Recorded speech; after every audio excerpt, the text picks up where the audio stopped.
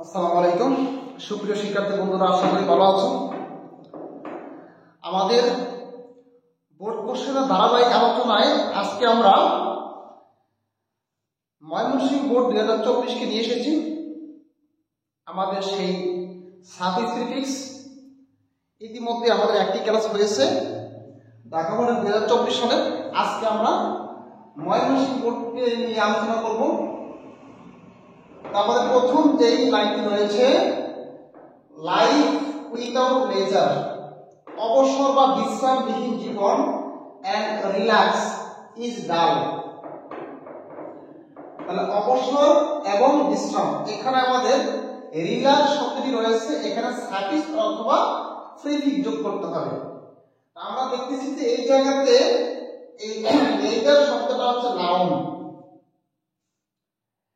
এবং এখানে life without laser, laser শব্দটা নাউন, উইদাউট প্রিপজিশন, এরপরে লেজার শব্দটি রয়েছে নাউন। নাউনের পরে আমরা এই জায়গাতে এন্ড এর পরে এই শব্দটাকেও নাউন করতে হবে। এটা একে তো হচ্ছে ইজ এর আগে সাবজেক্টের জায়গা, এবং এখানে উইদাউট এর পরে দুটি শব্দ এন্ড দ্বারা যুক্ত রয়েছে। উইদাউট প্রিপজিশনের পরে দুটি শব্দ এন্ড দ্বারা যুক্ত রয়েছে, তাহলে প্রথমটি যদি নাউন হয় এর পরেরটিও নাউন হবে। তো রিল্যাক্স এই শব্দটার নাউন হচ্ছে রিল্যাক্সেশন।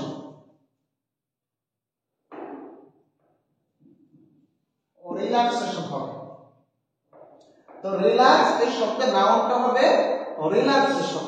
তাহলে আমরা এটাকে নাউন করলাম, রুল অনুযায়ী আমাদেরকে এটাকে নাউন করতে। তারপরে আমরা দেখি লাইফ বিকামস, জীবন হয়ে যায় চার, if one doesn't have any time to enjoy the beauty object of nature।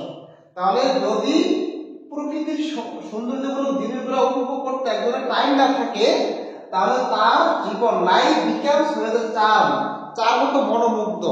তাহলে এখানে আমরা খেয়াল করতে হবে এই বিকামস হচ্ছে লিঙ্কিং ভার্ব, এটা হচ্ছে লিঙ্কিং ভার্ব। এই লিঙ্কিং ভার্বের পরে আমরা বসাবো অ্যাডজেক্টিভ। লিঙ্কিং ভার্বের পরে অ্যাডজেক্টিভ বসে, বি ভার্ব, এম ইজ আর ওয়াজ, এবং আমাদের সিন, অ্যাফেয়ার, লুক, এই যে টেস্ট শব্দগুলো রয়েছে, বিকাম শব্দগুলো রয়েছে, এগুলো হচ্ছে লিঙ্কিং ভার্ব। লিঙ্কিং ভার্বের পরে আমরা সাধারণত অ্যাডজেক্টিভ বসাবো।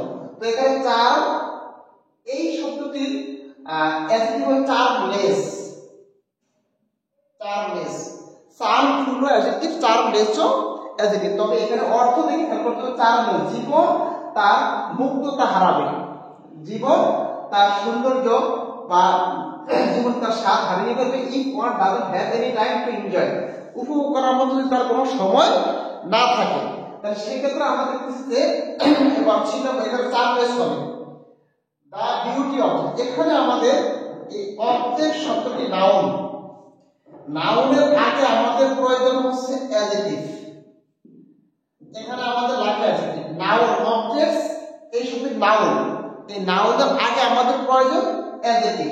তাহলে এখানে বিউটি শব্দটা আছে নাউন, এই বিউটি, এই নাউনটার অ্যাডজেক্টিভ হচ্ছে আমরা জানি একটি কমন ওয়ার্ড বিউটিফুল। তাহলে বিউটি এটা অ্যাডজেক্টিভ হবে বিউটিফুল। বিউটি শব্দটা নাউন, তার অ্যাডজেক্টিভ হবে বিউটিফুল, কারণ এর পরবর্তীতে রয়েছে ভার্ব অফ নেচার, এখানে পরিষ্কার। এরপরে মনোটোনি ওয়ার্ক, এখানে ওয়ার্ক শব্দটি আছে নাউন, কাজ, ওয়ার্ক শব্দটি আছে নাউন। তো নাউনের আগে আমাদের প্রয়োজন হচ্ছে অ্যাডজেক্টিভ, এখানে আমাদের প্রয়োজন অ্যাডজেক্টিভ। কিন্তু আমরা দেখেছি ওয়ার্ক শব্দটি নাউন, তার আগে মনোটোনি এই শব্দটাও নাউন, তাহলে নাউনের আগে আমরা বসাবো অ্যাডজেক্টিভ। তাহলে এখানে মনোটোনাস, এই মনোটোনি শব্দটা নাউন জানতে হবে আমাদের, MONOTONOUS, মনোটোনাস। তাহলে মনোটোনি হয়ে যাবে মনোটোনাস, যেহেতু বাক্য শুরু হয়েছে আমরা এনটা এখানে বড় হাতের দেব। মনোটোনাস ওয়ার্ক, একঘেয়েমি কাজ, hinder the smooth of work, এখানে দা রয়েছে, তো আর্টিকেল দা এর পরে আমরা জানি আর্টিকেল এ এন ডি এগুলার পরে একটি শব্দ থাকে সেটা অবশ্যই আমরা নাউন বানাবো সেটাকে। তাহলে স্মুথ, এই এখানে দা রয়েছে আর্টিকেল, দার পরে এখানে আমাদের প্রয়োজন নাউন। স্মুথ, এইটা নাউন হবে স্মুথনেস, স্মুথনেস হবে। স্মুথের নাউন হচ্ছে স্মুথনেস। তাহলে মনোটোনাস ওয়ার্ক একদিনই কাজ হিন্ডার্স বাধাগ্রস্ত করে বা বিঘ্ন ঘটায় the smoothness of work. Sorry, এখানে অথবা লাইফ হবে ওয়ার্কিং। তাহলে কাজের যে স্মুথনেস মসৃণতা এটাকে বাধাগ্রস্ত করে। এখানে লাইফ লেজার আছে, এটি একটি নাউন, একই সাথে এটি একটি সাবজেক্ট, এটি সাবজেক্ট এবং noun.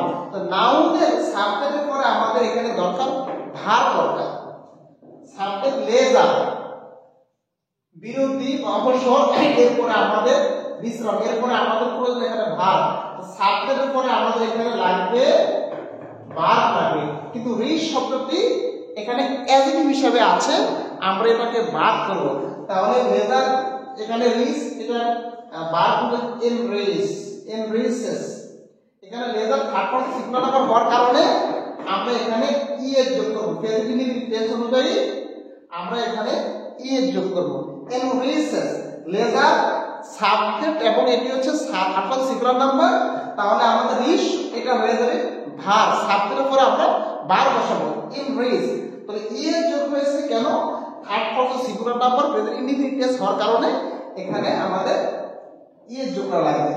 Our spirit work, everybody knows, প্রত্যেকেই জানে that day's work is hard. আমরা জানি যে অতিরিক্ত কাজ হচ্ছে ক্ষতিকর। তাহলে আমরা এখানে কিন্তু ওভারওয়ার্ক, অতিরিক্ত কাজ is harmful। এখানে বি ভার্ব, এটা লিঙ্কিং ভার্ব, ইজ হচ্ছে এখানে লিঙ্কিং ভার্ব, অ্যামিজার এগুলো লিঙ্কিং ভার্ব, এরপরে আমাদের অ্যাডজেক্টিভ বসবে। তাহলে এখানে হার্ম, এটার অ্যাডজেক্টিভ হচ্ছে হার্মফুল, হার্মের অ্যাডজেক্টিভ হচ্ছে হার্মফুল। তাহলে আমরা এখানে হার্মফুল বসাবো। লেজার ডাজ নট মিন, এটা হচ্ছে লেজার সাবজেক্ট, এটা হচ্ছে ভার্ব। এখানে আমাদের প্রয়োজন অবজেক্ট, এখানে অবজেক্ট এটা হবে নাউন, অবজেক্টটা হবে নাউন। তাহলে আমাদের এখানে সাবজেক্ট ডাজন্ট মিন আইডল, এটা হচ্ছে অ্যাডজেক্টিভ, এটা নাউন আইডলনেস। তাহলে সাবজেক্ট ভার্ব এটা হচ্ছে অবজেক্টের জায়গা।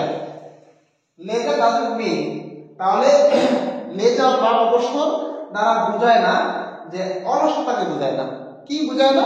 অলসতাকে বোঝায় না। তাহলে সাবজেক্ট ভার্ব এখানে অবজেক্টের জায়গাতে আমরা নাউন বসাবো আইডলনেস। ইট গিভস, এটা দেয় ফ্রেশনেস, সজীবতা, বাই সার্ভ আওয়ার এনার্জি, আমাদের এনার্জি সার্ভ, এটাকে পুনরায়, যদি আমার লেজার নেই, অবসর নেই, তাহলে আমাদের শরীরের যে শক্তিটা আছে, কর্মদক্ষতা আছে, কর্মক্ষম যে আমাদের এনার্জি রয়েছে, সেটাকে আমাদের রিসার্ভ করে আমাদের শক্তিটাকে আবার পুনরায় চার্জ করে। তাহলে আমরা এখানে হবে রিচার্জ।